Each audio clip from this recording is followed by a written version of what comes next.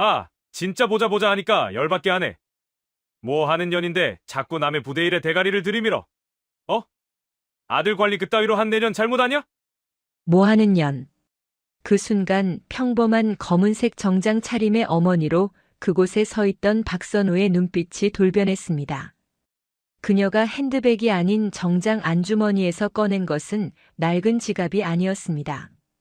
대한민국 전군을 통제하는 검은색의 투박한 군용 보안 스마트폰이었습니다. 그녀가 단축번호 1번을 길게 누르자 신호음이 한 번 울리기도 전에 다급한 목소리가 터져 나왔습니다. 충성. 여러분, 오늘도 편안한 시간 보내고 계신가요? 오늘의 이야기도 재미있게 시청하시고 내용이 마음에 드셨다면 구독과 좋아요 부탁드리겠습니다. 그럼 이야기 시작하겠습니다. 대한민국 합동참모본부 서울 용산. 지하 벙커의 거대한 전장 상황판이 수십 개의 푸른 빛점으로 반짝였다. 동해상에서 포착된 미상의 항적, 서해 북방 한계선을 아슬아슬하게 긋는 적의 경비정. 그 모든 움직임을 한눈에 꿰뚫어보는 거대한 지휘 통제실 가장 깊은 곳, 대한민국군 서열 1위 합동참모의장 박선우 대장의 집무실은 방음벽 너머의 긴장감이 무색하게 고요했다. 그녀는 대한민국 역사상 최초의 여성 합참의장이었다.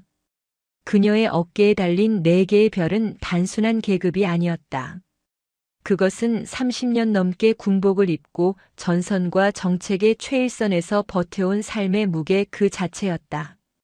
책상 위에는 대통령과의 직통 회선 전화기와 각군 사령부로 연결된 붉은색 비상 전화기들이 거미줄처럼 얽혀 있었다. 그녀의 결정 하나에 전군의 향방이, 나아가 국가의 안위가 달려 있었다. 그녀는 방금 전 국방부 장관과의 화상회의를 마친 참이었다. 복잡한 현안 보고가 끝난 뒤 모니터에서 눈을 뗀 그녀의 시선이 책상 한편에 놓인 낡은 사진으로 향했다. 20살 무렵 대학 입학 직후에 찍은 아들 김지훈의 웃는 얼굴이었다. 군인으로서의 삶을 선택한 순간부터 그녀는 어머니로서의 삶을 상당 부분 포기해야 했다. 남편을 일찍 여의고 홀로 아들을 키웠지만 그녀가 별을 다는 동안 아들은 홀로 저녁을 먹는 날이 더 많았다. 그림 그리기를 좋아하고 시끄러운 것보다 책을 좋아하던 아이. 그런 아들이 다른 누구도 아닌 가장 혹독하다는 강원도 최전방 수색대에 자원 입대하겠다고 했을 때 그녀는 겉으로 덤덤하게 허락했다. 어쩌면 평생 군복 속에 자신을 가둔 어머니를 아들은 그렇게라도 이해하고 싶었는지 모른다고 애써 생각했다. 그 아들이 지금 강원도 양구 제21보병사단 백두산 부대에 있었다. 대한민국에서 가장 춥고 가장 긴장감이 높은 곳. 비무장지대 철책선을 지키는 최전방이었다. 마지막으로 아들의 전화를 받은 것이 언제였는지 까마득했다. 훈련소 수료식 날 짧게 깎은 머리가 어색하다며 웃던 얼굴이 마지막 기억이었다. 자대 배치를 받은 후로는 훈련 중이라 바쁘다는 짧은 문자 메시지가 전부였다. 그녀의 경호 부관이 조심스럽게 다가와 다음 일정을 보고했다. 의장님 15분 뒤에 주한미군 사령관과의 비공개 회동이 예정되어 있습니다. 박선우는 고개를 저었다. 오늘 오후 일정 전부 취소하게. 부관의 눈이 커졌다. 합참의장이 특히 북한의 도발 징후가 미세하게 남아 감지되는 이 시기에 모든 일정을 취소하는 것은 상상하기 어려운 일이었다. 하지만 의장님 안보 상황이 긴급 상황 시 즉시 복귀한다. 그 외에는 어떤 연락도 받지 않겠네. 용산 헬기장에 블랙호크 한 대 대기시키게. 그리고 자네는 수도병원에 연락해서 아니 됐다. 그냥 헬기만 준비하게. 그녀는 30년 만에 처음으로 합참의장이 아닌 어머니로서의 명령 불복종을 감행하기로 했다. 그녀는 별이 박힌 전투복을 벗고 가장 평범하고 눈에 띄지 않는 검은색 정장으로 갈아입었다. 수많은 훈장 대신 얇은 스카프를 둘렀다. 그녀가 집무실을 나서는 순간 그녀는 서열 1위의 대장이 아닌 그저 아들의 안부가 궁금한 한 명의 어머니일 뿐이었다. 그녀의 전용 헬기가 육중한 프로펠러 소리를 내며 용산의 하늘을 가르고 북쪽으로 강원도의 깊은 산골짜기를 향해 날아갔다. 그녀는 창밖으로 펼쳐진 대한민국의 험준한 산맥을 내려다보며 불길한 예감이 심장을 옥죄는 것을 느꼈다. 야전 지휘관 출신인 그녀의 본능이 무언가 아주 잘못되었다고 비명을 지르고 있었다. 강원도 양구. 겨울의 끝자락이었지만 산골짜기에 몰아치는 바람은 여전히 살을 애는 듯했다. 이곳은 대한민국에서 가장 먼저 겨울이 시작되고 가장 늦게 끝나는 곳이었다. 북한의 대남 선전 방송이 스피커를 타고 음습하게 골짜기를 울렸다. 제21보병 사단 백두산 부대. 그 중에서도 가장 험준한 구역을 담당하는 수색대대 막사. 이병 김지우는 차가운 복도 바닥에 엎드려 걸레질을 하고 있었다.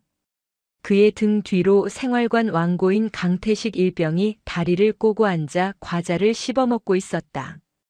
야, 김지훈. 걸레질 그따위로 할래? 먼지 하나라도 보이면 내 눈깔에 이 걸레 처박는 수가 있다. 지훈은 입술을 깨물었다. 죄송합니다. 죄송하면 다야? 이 새끼가 오늘 특별한 손님 온다고 아주 기분이 날아가시죠? 강일병이 낄낄거리며 과자 부스러기를 바닥에 툭 털었다. 다시 닦아. 자대 배치를 받은 그날부터 지옥은 시작됐다. 어수룩한 성격, 굼뜬 동작, 그리고 그림이나 그리는 나약함. 그는 백두산 부대의 거친 문화 속에서 완벽한 먹잇감이었다. 하지만 그를 더 깊은 나락으로 빠뜨린 것은 그가 합참의장 아들이라는 사실이 은밀하게 퍼지면서부터였다. 이 지옥의 실질적인 지배자는 강일병이 아니었다. 그는 그저 행동대장일 뿐 진짜는 행정보급관의 오른팔이자 분대장인 조규철 중사였다.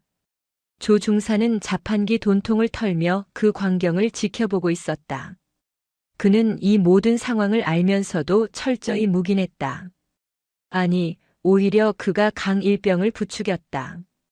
군기는 저런 놈을 잡아야 잡히는 거라면서. 조 중사에게 김지우는 성가신 존재였다.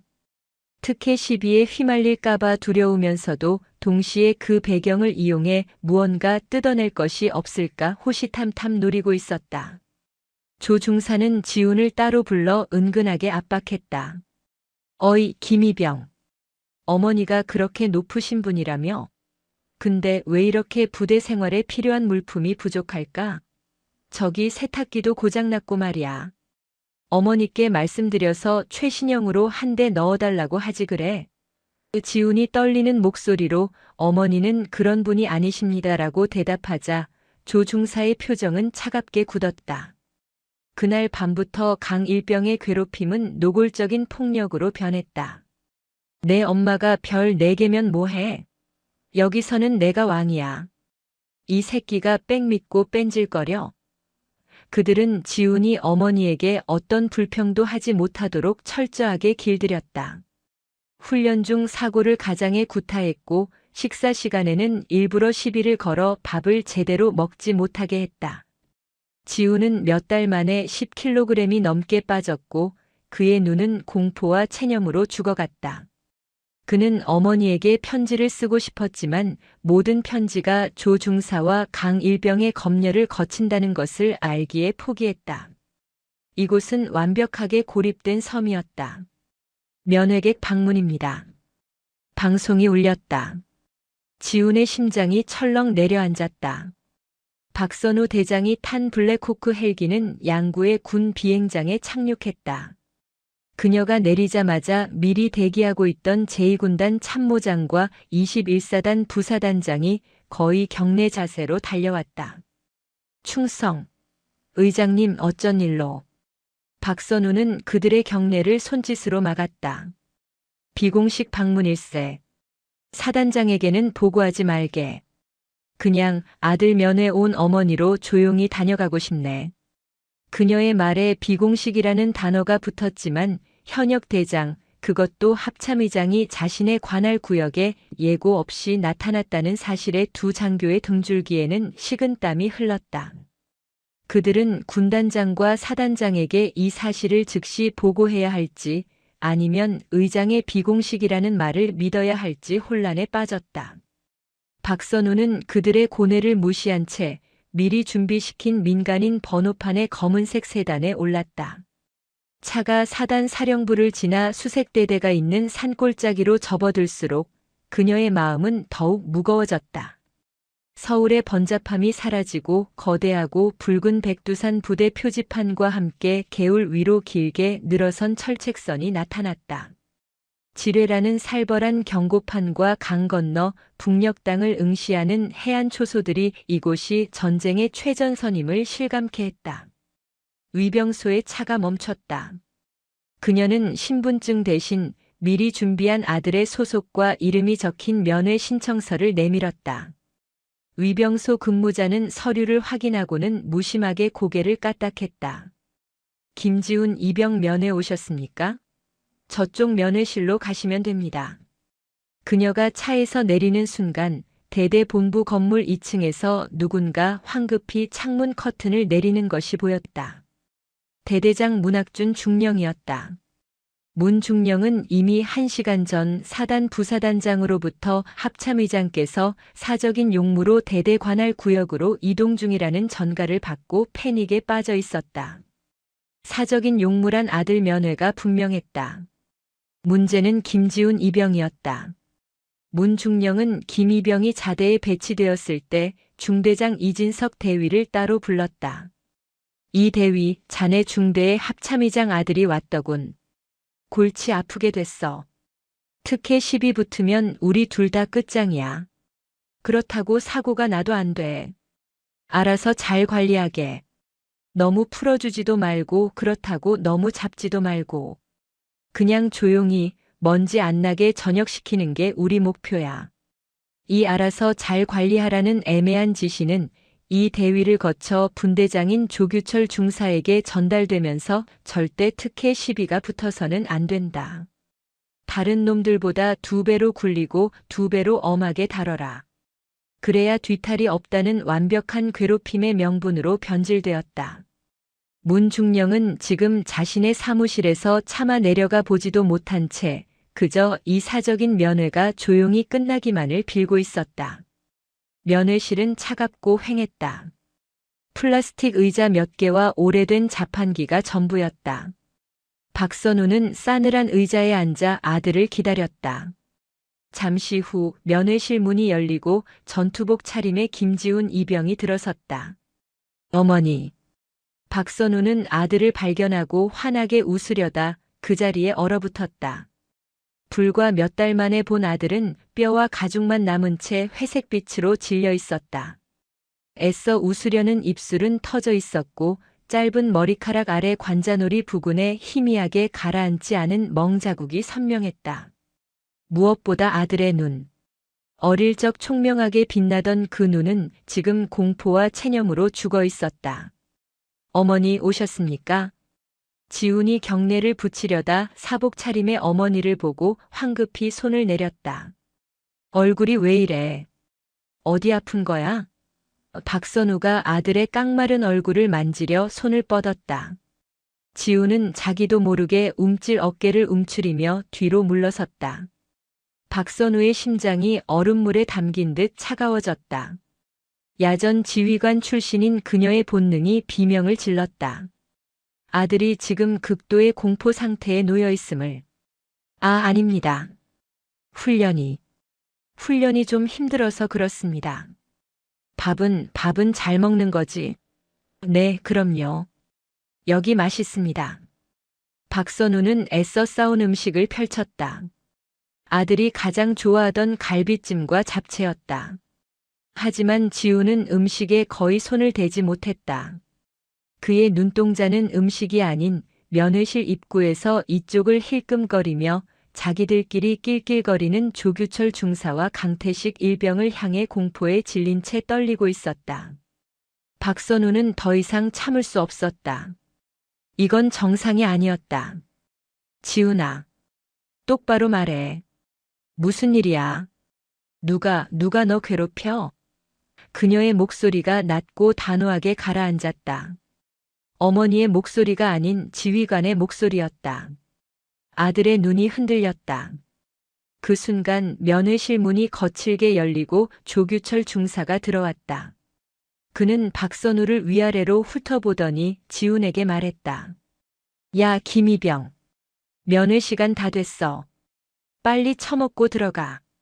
지금 작업할 거 밀렸어. 아직 1시간이나 남았는데요. 박선우가 차갑게 말했다. 조 중사는 그녀를 비웃듯 쳐다봤다. 아줌마, 여긴 사회가 아닙니다. 군대입니다. 우리가 바쁘다면 바쁜 겁니다. 그리고 그는 박선우에게 한 걸음 다가섰다. 아드님 관심병사라 저희가 특별히 교육 중인데 자꾸 이러시면 교육에 방해됩니다. 관심병사 교육. 박선우의 머릿속에서 무언가 끊어지는 소리가 났다. 방금 뭐라고 하셨습니까? 박선우의 목소리는 얼음장처럼 차가워졌다. 관심병사를 교육 중이라고.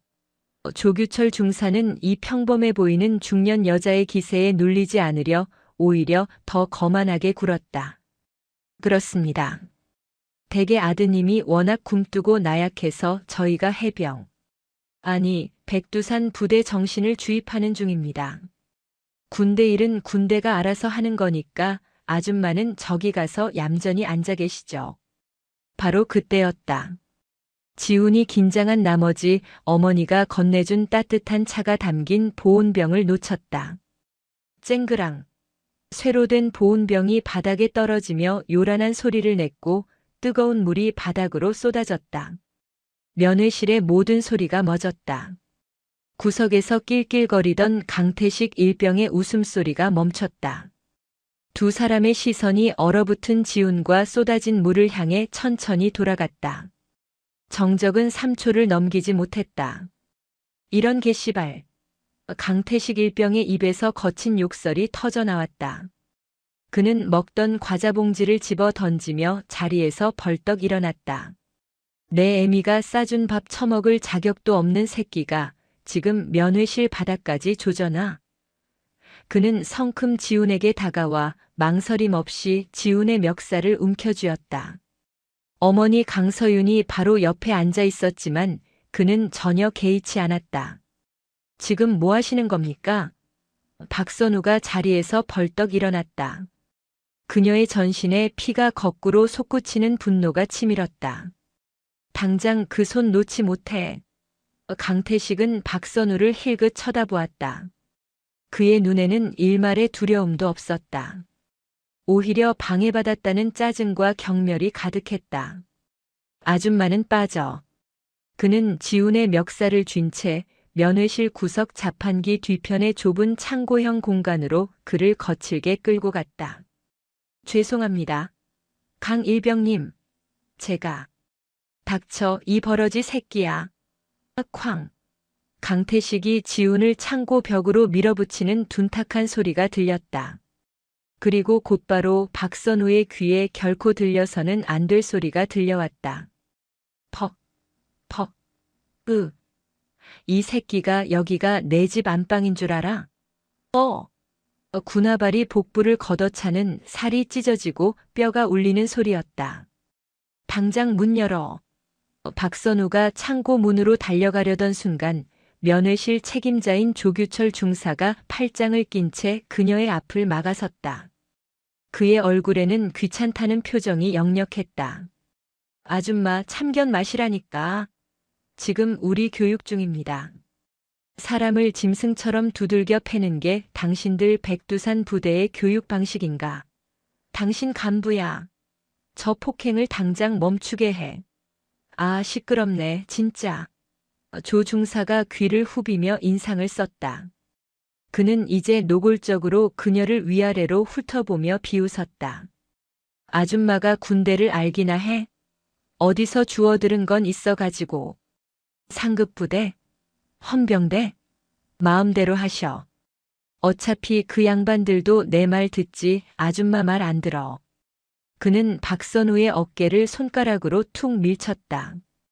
아, 진짜 보자 보자 하니까 열받게 하네. 뭐 하는 년인데 자꾸 남의 부대 일에 대가리를 들이밀어. 아들 관리 그따위로 한 내년 잘못 아니야? 당장 그 족같은 음식물 쓰레기나 치우고 꺼져. 뭐 하는 년. 그리고 그녀의 어깨를 밀친 그 손가락. 그 순간 박선우의 세계가 멈췄다. 그녀를 짓누르던 어미로서의 비통함과 슬픔이 순식간에 증발했다.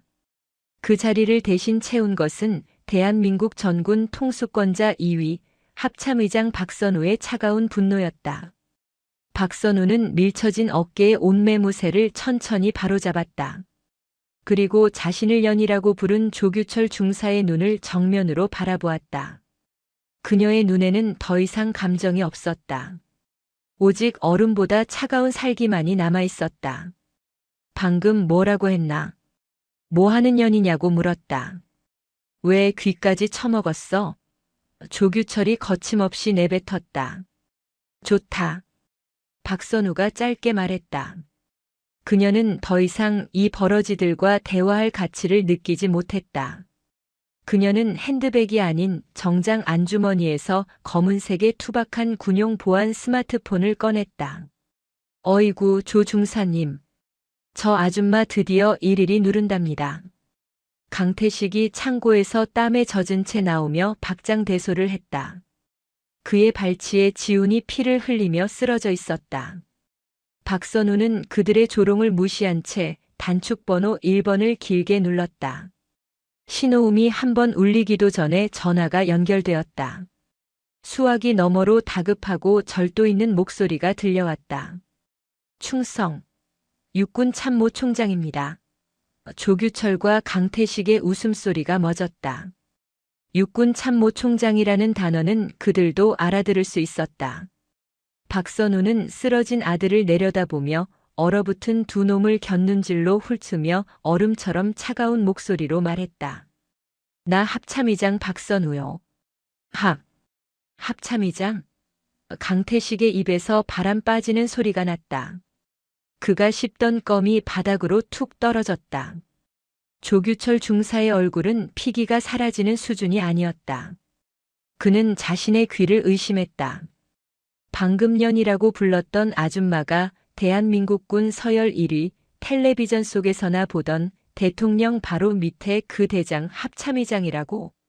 의장님, 박선우 의장님, 어쩐 일이십니까? 수화기 너머의 목소리는 대한민국 육군의 수장 김영민 대장의 것이었다. 그의 목소리는 경악과 공포로 완전히 경직되어 있었다. 그가 용산 합참실이 아닌 외부에서 그것도 보안 단말기로 전화를 걸어온 서열 1위의 방문을 상상이나 했겠는가. 박선우는 전화기에 대고 낮고 정확하게 말했다. 그녀의 시선은 여전히 조규철의 눈에 고정되어 있었다. 김 총장, 내가 지금 귀관이 관할하는 강원도 양구 21사단 수색대대 정문 면회실에 와 있소. 예, 의장님. 제가 전혀 몰랐습니다. 즉시. 내 아들이 여기서 복무 중이라 어미 노릇하러 잠시 들렀소. 그런데 박선우의 목소리가 한 톤 더 낮아졌다. 면회실의 공기가 얼어붙어 입에서 하얀 입김이 나올 지경이었다. 방금 귀관의 부하인 조규철 중사와 강태식 일병이 내 아들을 이 면회실 바닥에서 짐승처럼 짓밟는 것을 내 두 눈으로 똑똑히 목격했소. 수화기 너머에서 크 하는 숨막히는 소리가 들렸다. 조규철 중사는 그 자리에 다리가 풀려 주저앉았다. 그의 뇌가 작동을 멈췄다. 자신이 방금 무슨 짓을 했는지 그제야 거대한 공포가 온몸을 덮쳤다. 박선우는 그를 경멸스럽게 내려다보며 말을 이었다. 그들은 내 아들이 처맞을 만했다고 말했소. 그리고 내가 제지하자 나를 밀치며 그녀는 조규철을 정확히 가리켰다. 저자가 나에게 뭐하는 년인데 관여하냐고 묻더군. 육군 참모총장은 대답이 없었다. 그것은 대답을 못하는 것이었다. 대한민국 대장이 자신의 부하에게서 전군 통수권자인 합참의장에게 그런 모욕이 가해졌다는 보고를 받았을 땐 할 수 있는 말은 아무것도 없었다. 김 총장. 예, 의장님. 말씀하십시오. 지금부터 30분 주겠소. 예, 30분입니다. 30분 안에 귀관의 제3야 전군사령관, 제2군단장, 그리고 21사단장이 헬기를 타고 이면회실 바닥에 직접 도착하지 않으면 박선우는 잠시 말을 끊었다. 난 이걸 육군 전체의 조직적 기강 회의와 부패로 간주하겠소. 그리고 합참의장 직권으로 육군 본부 전체에 대한 무기한 특별 합동 감찰을 지시할 것이요. 의장님, 제발. 내 시계로 지금부터 29분 50초 남았소. 이건 합참의장의 경고가 아니라 명령이다. 딸깍. 박선우는 전화를 끊었다. 면회실은 무덤보다 더 조용했다. 합참의장님. 조규철 중사가 덜덜 떨리는 목소리로 바닥을 기어 박선우의 구두 끝을 잡으려 했다. 자, 잘못했습니다. 제가 눈이 멀어서 몰라 뵀습니다. 더러운 손 치워. 박선우의 목소리는 얼음 그 자체였다. 그녀는 구두를 털어내듯 조규철의 손을 밀어냈다. 강태식 일병은 이미 상황 파악을 포기했다. 그는 구석에서 하는 소리만 내며 마치 넋이 나간 사람처럼 허공을 바라보고 있었다. 박선우는 더 이상 그 두 버러지에게 시선조차 주지 않았다. 그녀는 급히 쓰러진 아들 지훈에게 달려갔다. 지훈아, 정신 차려. 엄마 왔다. 괜찮아, 이제 다 괜찮아. 그녀가 아들을 부축해 앉히는 순간 지훈은 참았던 울음을 터뜨렸다. 엄마. 흐흐. 그래, 엄마 여깄어. 미안하다. 엄마가 너무 늦게 와서. 정말 미안하다, 아들.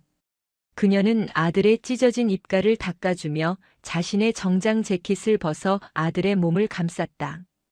평생 군복만 입어왔던 그녀의 어깨가 합참의장의 별이 아닌 어미의 슬픔으로 가늘게 떨리고 있었다. 그 순간이었다. 멀리서 하지만 아주 빠르게 두두두두두두두 하늘을 찢는 괴음이 들려오기 시작했다. 한 대가 아니었다. 양구의 겨울 하늘을 뒤덮을 듯한 최소 서너 대의 거대한 헬기 프로펠러 소리였다. 조규철 중사는 창밖을 바라보았다. 사령부의 지휘 헬기, 군단장의 지휘 헬기, 그리고 사단장의 지휘 헬기 편대가 면회실 앞 연병장을 향해 미친 듯이 하강하고 있었다. 전화를 끊은 지 정확히 25분 만이었다.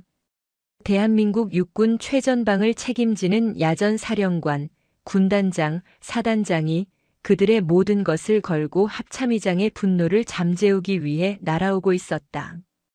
백두산 부대의 심장이 오늘 멈춰 설 참이었다. 쿵.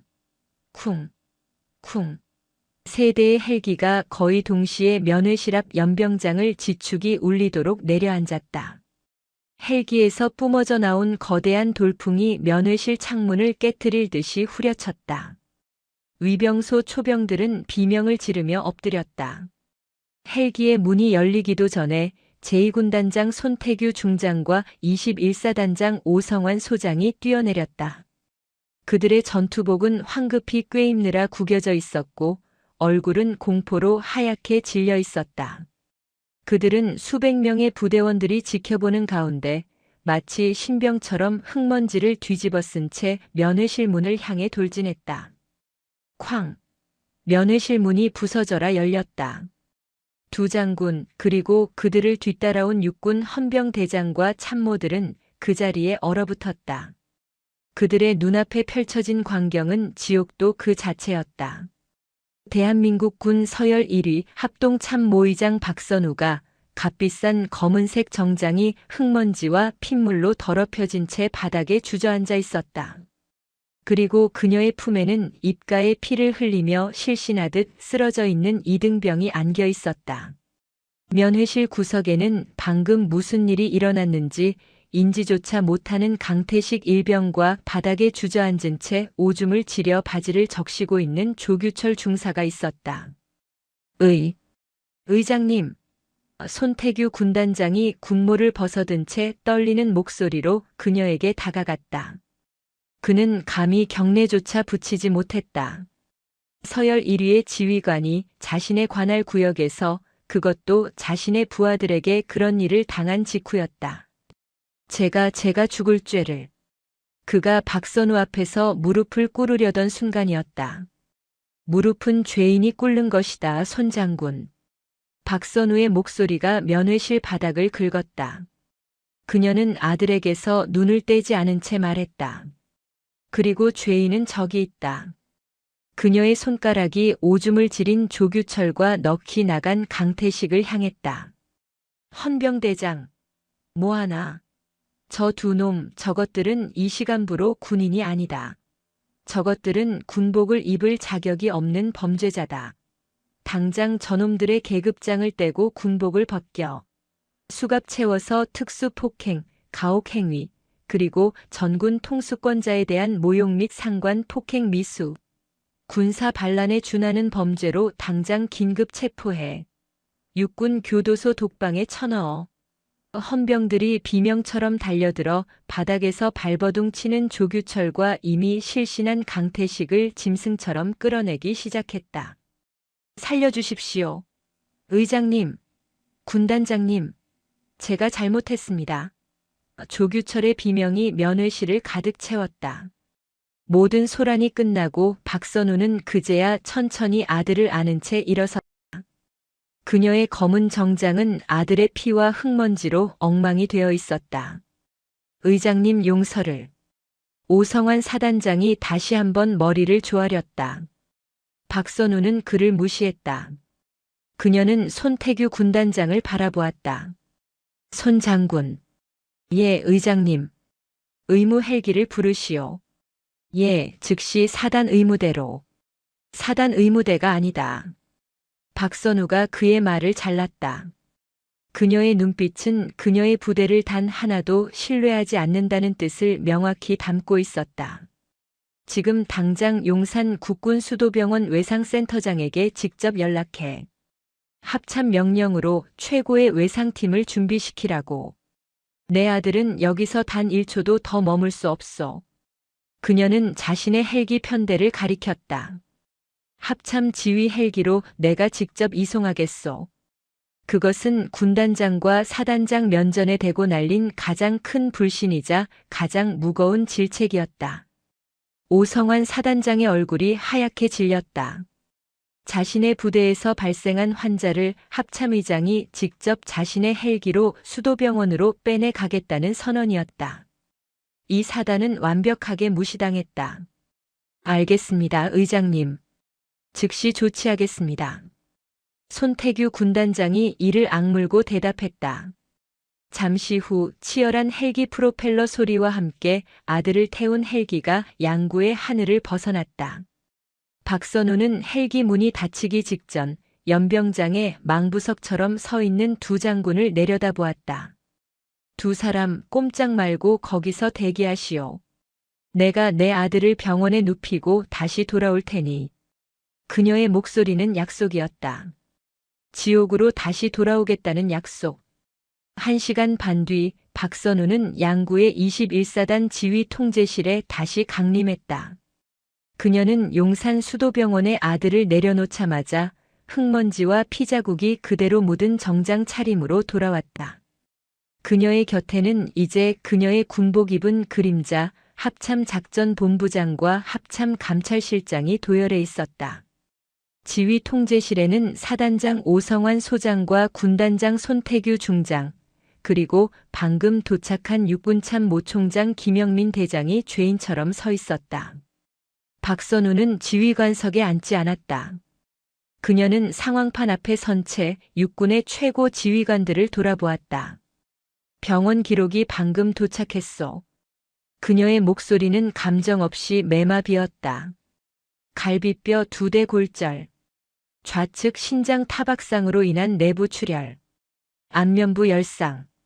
그리고 그녀는 차마 다음 말을 잇지 못하다가 눈을 감고 내뱉었다. 몸 전체에서 발견된 시기가 다른 수십 개의 피하 출혈. 즉 상습적인 폭행의 흔적이 발견되었소. 김영민 총장의 주먹이 부들부들 떨렸다. 김 총장. 예, 의장님. 이건 실수가 아니요. 이건 사고가 아니야. 이건 이 부대의 만연한 관습이요. 오 사단장, 자네는 어미가 보는 앞에서 아들을 짓밟을 만큼 편안하게 폭력을 저지를 수 있는 그 관습을 그동안 뭘 하고 있었나? 의장님 죄송합니다. 제가 지휘 책임을. 책임? 박선우가 차갑게 웃었다. 자네가 지금 그 책임이라는 단어를 입에 올릴 자격이 있나? 내가 오늘 여기 오지 않았다면, 내 아들이 합참의장 아들이 아니었다면 내 아들은 저기서 맞아 죽었을지도 모르고 자네는 그걸 부대 부적응 병사의 불의의 사고 따위로 보고했겠지. 아닙니다. 의장님 억울합니다. 억울해? 그럼 증명해 보시오. 이 사태가 조규철과 강태식 그 두 놈의 일탈이었다는 것을. 박선우는 합참 감찰실장에게 눈짓했다. 감찰실장 소장이 앞으로 나서 보안 단말기에 파일을 띄웠다. 보고 드립니다. 방금 전 육군 교도소로 이감된 피의자 조규철 중사에 대한 1차 신문 결과입니다. 조규철은 이미 무너져 있었다. 그는 자신이 대장 면전에서 년이라고 말한 순간 자신의 군 생활은 물론 남은 인생 전체가 끝장났음을 깨달았다. 그는 살기 위해 모든 것을 불었다. 조규철 중사는 김지훈 이병의 직속 상관인 중대장 이진석 대위 그리고 대대장 문학준 중령이 이 사실을 알고 있었거나 최소한 묵인 방조했다고 진술했습니다. 지휘 통제실의 공기가 10도 이상 내려갔다.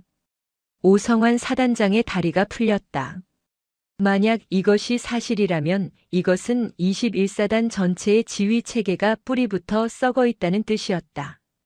조규철의 진술에 따르면 감찰실장이 계속 보고했다. 김지훈 이병이 자대 배치를 받았을 때 중대장 이진석 대위가 조 중사를 따로 불러 저놈 합참의장 아들이다라고 귀띔했다고 합니다. 박선우의 눈이 가늘어졌다. 알고 있었다. 이 대위는 조 중사에게 절대 특혜 시비가 붙어서는 안 된다. 다른 놈들보다 2배로 굴리고 2배로 엄하게 다뤄라. 그래야 뒤탈이 없다고 사실상 특별관리를 지시했다고 합니다. 특별관리. 박선우의 입에서 신음 같은 소리가 새어나왔다. 조 중사는 이것을 상관의 승인으로 받아들였고 강태식 일병을 사주하여 김이병을 조직적으로 괴롭히기 시작했습니다. 그는 이 모든 행위가 부대 기강을 위한 필요하기자 중대장과 대대장의 비호 아래 이루어지고 있다고 굳게 믿고 있었습니다. 보고가 끝났다. 박선우는 아무 말도 하지 않았다. 그녀는 그저 상황판에 떠있는 양구의 지도를 바라보고 있었다. 그녀의 분노는 이미 그 임계점을 넘어섰다. 남은 것은 차가운 결단뿐이었다. 김 총장, 손 군단장, 오 사단장. 그녀가 3명의 육군 최고 지휘관을 불렀다. 예, 의장님. 3사람 이 보고를 듣고도 여전히 억울하다는 말이 나옵니까? 세 장군은 아무 말도 하지 못했다. 그들의 부대는 합참의장 아들이라는 이유로 그 아들을 보호한 것이 아니라 오히려 특혜 시비를 피한다는 명목으로 폭력의 구렁텅이로 밀어넣었다. 이것은 그 어떤 변명으로도 용서받을 수 없는 군 지휘부의 가장 추악한 배신이었다. 감찰실장. 예, 의장님. 이 시간부로 합참 감찰실은 제21보 병사단 전체에 대한 무기한 특별 지휘 감찰에 돌입한다. 사단장의 지휘권을 정지시키고 모든 정보 접근 권한을 감찰실로 이관한다. 알겠습니다. 이것은 사실상의 쿠데타였다. 합참의장이 최전방 사단 하나의 지휘권을 통째로 박탈해버린 것이다. 그녀는 오성환 사단장을 돌아보았다. 지금 당장 그 오만하고 무능한 중대장 이진석 대위, 그리고 그자의 대대장 문학준 중령을 이 자리로 끌고 오시오. 그녀의 목소리는 조용했지만 그 안에 담긴 분노는 백령도의 파도보다 거칠었다. 내가 직접 저들의 주둥이로 저들의 백두산 부대 정신이 무엇인지 들어봐야겠소. 지휘 통제실의 육중한 강철 문이 열렸다. 먼저 들어온 것은 중대장 이진석 대위였다. 그의 얼굴은 사색이 되어 있었고 빳빳하게 다려 입은 전투복은 땀으로 축축하게 젖어 있었다. 그 뒤를 이어 대대장 문학준 중령이 굳은 표정으로 들어섰다. 그는 애써 태연한 척하려 했지만 미세하게 떨리는 턱의 근육을 감추지 못했다. 두 장교는 방 안에 도열한 대한민국 군의 정점들을 보고 숨이 멎었다. 그들은 자신들의 군 생활 전체를 통틀어 본 별들을 지금 이 자리에서 한꺼번에 마주하고 있었다. 그리고 그 모든 별들이 오직 두 사람 자신들을 꿰뚫어 볼 듯이 노려보고 있었다. 충, 성, 대대장 중령 문학준, 중대장 대위 이진석, 의장님께 대하여. 됐다. 박선우가 그들의 요란한 경례를 손짓으로 막았다. 그녀는 상황판 앞에서 돌아섰다.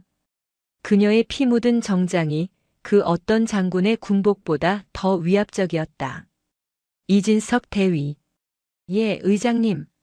자네가 내 아들 김지훈 이병의 중대장인가? 예, 그렇습니다. 조규철 중사에게 특별 관리를 지시했나? 특혜 시비가 붙지 않게 남들보다 2배로 굴리라고. 이진석 대위의 눈동자가 지진이라도 난 듯 흔들렸다. 그는 조규철이 그렇게 빨리 모든 것을 풀어버렸을 줄은 상상도 못했다. 그것은 의장님 오해십니다. 저는 그런 폭력을 지시한 것이 아니라 그저 해병. 아니 해병으로서 뭐. 박선우가 그의 앞으로 한 걸음 다가섰다. 해병으로서 갓 자대에 배치된 아직 모든 것이 서툰 이등병을 선임들의 폭력에 노출시키는 것이 자네의 지휘 방침인가? 아닙니다. 하지만 김지훈 이병은 솔직히 말씀드려서 다른 병사들과는 좀 달랐습니다. 체력도 약하고 내성적이고 이런 인원이 특혜를 받는다는 소문이 돌면 부대 전체의 사기가. 사기? 박선우의 입에서 얼음 같은 웃음이 터져나왔다.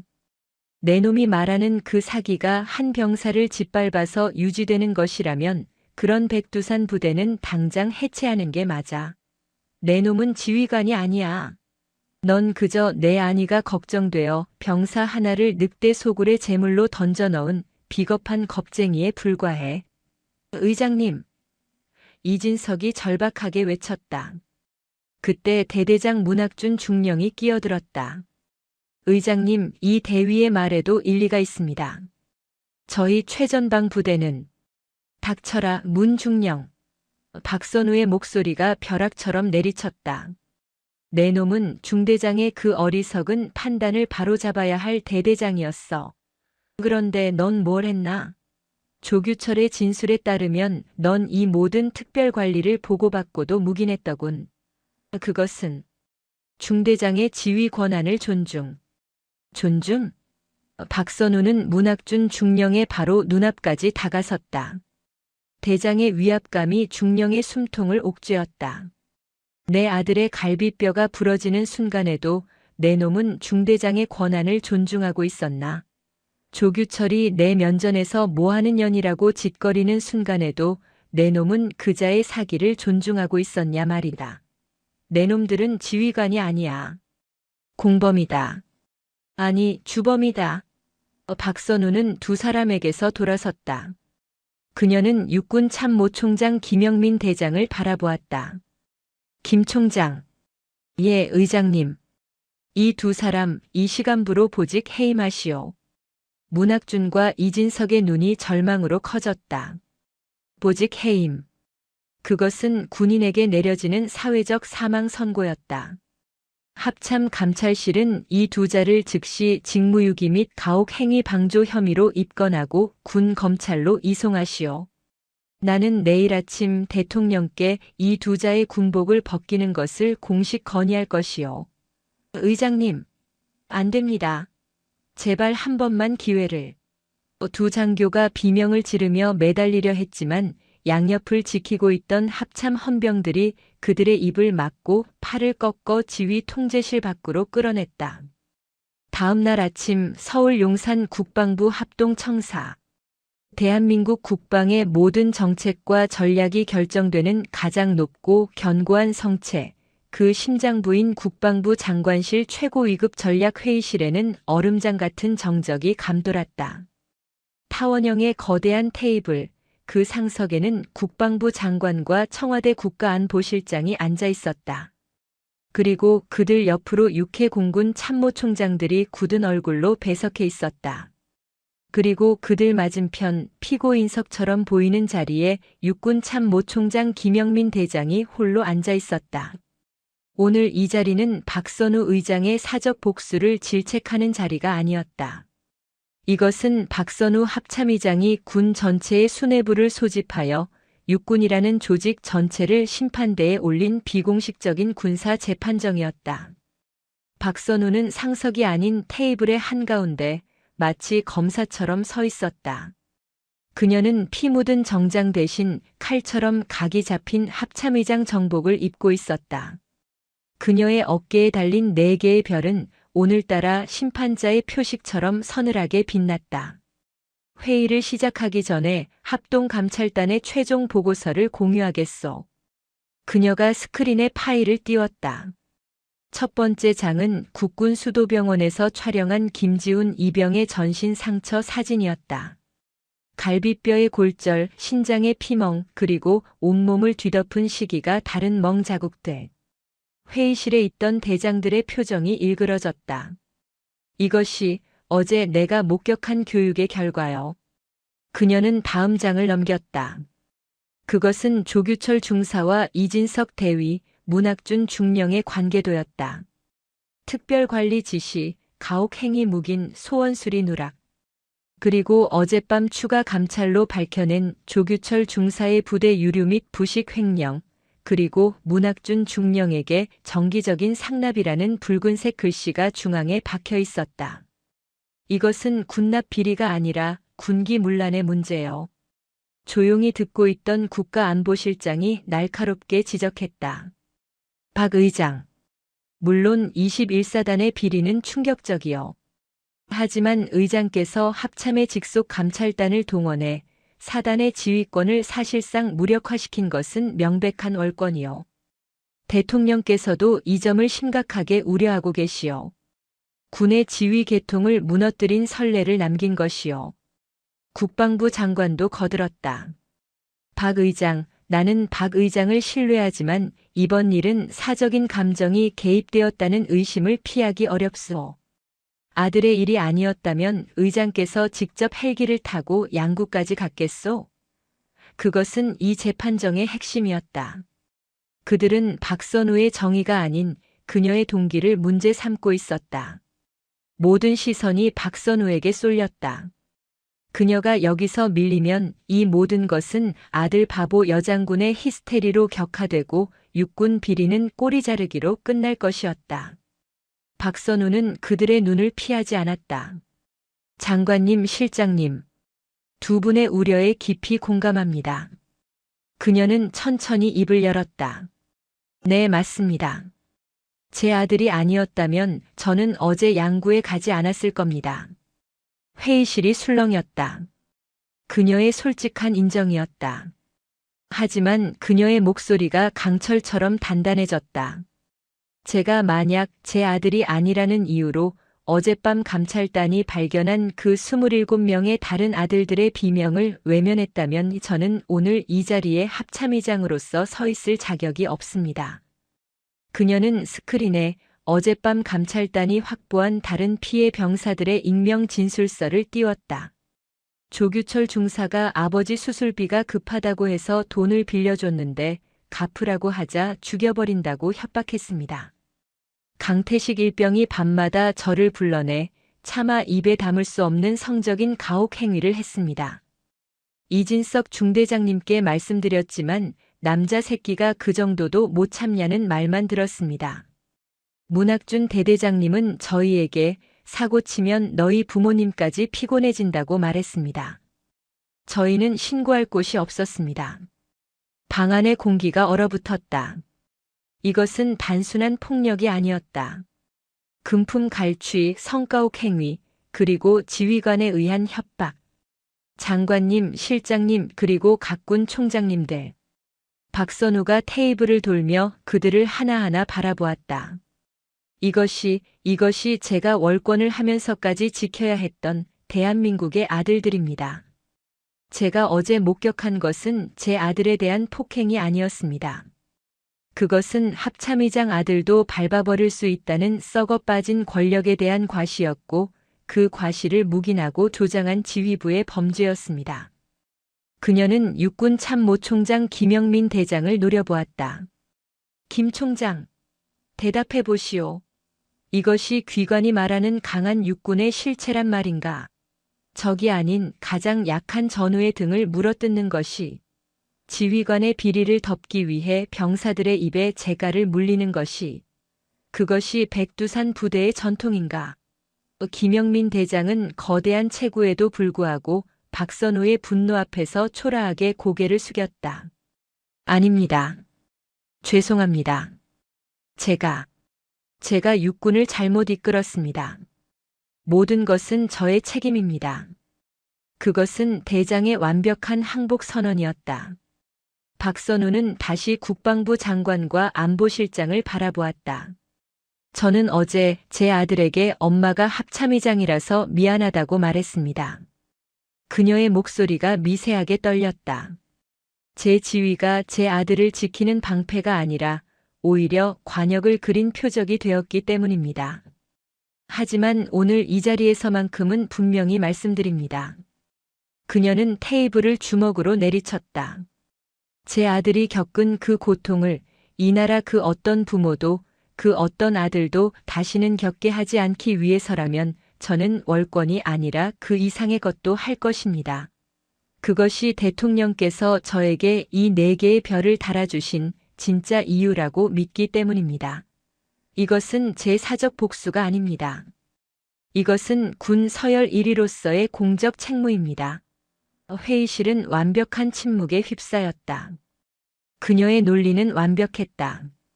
그녀는 자신의 가장 큰 약점이었던 어머니라는 감정을 그 누구도 반박할 수 없는 정의와 책무로 승화시켰다. 그날 오후 국방부 합동 브리핑실. 대한민국을 뒤흔든 양구 백두산 부대 게이트에 대한 공식 발표가 있었다. 국방부 장관과 합참의장 박선우, 그리고 육군 참모총장 김영민이 나란히 섰다. 스포트라이트가 터지는 가운데 육군 참모총장 김영민 대장이 마이크 앞에 섰다. 그는 자신의 대장 모자를 벗어 연단 위에 올려놓았다. 존경하는 국민 여러분. 육군 참모총장 대장 김영민입니다. 그는 90도로 허리를 숙여 사죄했다. 저는 오늘 국민 여러분과 그리고 한 명의 병사와 그 가족분께 씻을 수 없는 죄를 지은 육군을 대신하여 이 자리에 섰습니다. 그는 양구 21사단에서 벌어진 모든 비리, 즉 김지훈 이병에 대한 상습 폭행과 가혹 행위, 지휘관들의 조직적인 은폐, 그리고 대대장의 군납 비리와 상납까지 단 하나도 숨기지 않고 모든 것을 밝혔다. 이것은 일부 병사의 일탈이 아닌 썩어 빠진 지휘관들의 묵인과 방조 그리고 부패가 낳은 육군 전체의 치욕입니다. 이에 저 김영민은 오늘부로 육군 참모총장직을 내려놓고 군복을 벗겠습니다. 기자들 사이에서 탄식이 터져나왔다. 현역 육군 참모총장의 잦은 사퇴였다. 그리고 그는 박선우를 향해 돌아섰다. 이번 사태를 직접 적발하고 군의 환부를 도려낼 결단을 내려주신 합동참모본부 박선우 의장님께 육군을 대표해 감사의 말씀을 드립니다. 그는 박선우를 향해 거수 경례를 붙였다. 그것은 서열 1위에 대한 경례가 아닌 군의 미래를 맡기는 한 군인의 마지막 부탁이었다. 모든 스포트라이트가 박선우에게 향했다. 그녀는 마이크 앞으로 나섰다. 합참의장 박선우입니다. 그녀의 목소리는 담담했다. 국민 여러분께 심려를 끼쳐드려 송구합니다. 군은 뼈를 깎는 자정 노력을 시작하겠습니다. 하지만 그녀는 김영민 총장을 바라보았다. 김 총장의 사의는 반려합니다. 모두가 놀랐다. 김 총장의 눈이 커졌다. 죄를 지은 자는 벌을 받아야 마땅합니다. 하지만 자신이 더럽힌 것을 자신의 손으로 직접 치우는 것 또한 군인의 마지막 책임입니다. 김 총장은 이 시간부로 합참의장 직속 전군 병영 문화혁신 특별위원회의 부위원장으로서 나와 함께 이 지옥을 청소해야 할 책임이 있소. 도망칠 생각 마시오. 그것은 사퇴보다 더 무거운 형벌이자 마지막 기회였다. 그날 저녁 이번 사태의 주범들에 대한 처벌이 발표되었다. 강태식 일병, 조규철 중사, 상관 면전 모욕 및 폭행, 특수 가혹 행위, 군용물 횡령 등 군 형법상 최고 형량이 적용되어 군사재판에 회부. 남은 인생을 군 교도소에서 보내게 될 것이 확실시되었다. 이진석 대위, 문학준 중령. 즉시 파면. 군복을 벗는 것은 물론 모든 연금과 명예가 박탈되었으며 직권 남용, 직무유기, 횡령 공모 혐의로 민간 법원에 이첩되어 구속 수감되었다. 오성환 소장, 손태규 중장. 지휘 책임을 물어 즉각 보직 해임되었으며 불명예 강제 전역 조치되었다. 두 장군의 군 생활은 가장 치욕적인 방식으로 끝났다. 한 달 후 국군 수도병원 재활병동. 김지우는 창가에 앉아 스케치북에 그림을 그리고 있었다. 그의 몸에는 아직 흉터가 남았지만 얼굴에는 혈색이 돌아왔다. 공포에 질렸던 눈빛은 사라지고 20살 청년의 차분함이 자리 잡고 있었다. 그는 의병 전역 판정을 받았다. 몸의 상처보다 그날의 끔찍한 기억으로 인한 외상 후 스트레스 장애가 더 심각했다. 병실 문이 열리고 사복 차림의 박선우가 들어왔다. 그녀는 합참의장이 아니라 주말을 맞아 아들을 보러 온 어머니의 얼굴을 하고 있었다. 왔어요? 지훈이 밝게 웃었다. 그래, 오늘은 밥 좀 먹었어? 그럼요. 이젠 죽 말고 밥 먹어요. 박선우는 아들 곁에 앉아 아들이 그리고 있는 그림을 바라보았다. 그것은 어두운 겨울의 철책선이었다. 하지만 날카로운 철조망 사이로 아주 작고 연약하지만 새하얀 눈 속에서 새싹 하나가 굳건하게 피어오르고 있었다. 멋진 그림이네. 그냥 요즘 계속 이 생각이 나서요. 지우는 그림에서 눈을 떼지 않고 말했다. 그날 면회실에서 무서웠어요. 엄마가 합참의장이라는 게 원망스러웠어요. 나 때문에 엄마가 곤란해질까봐.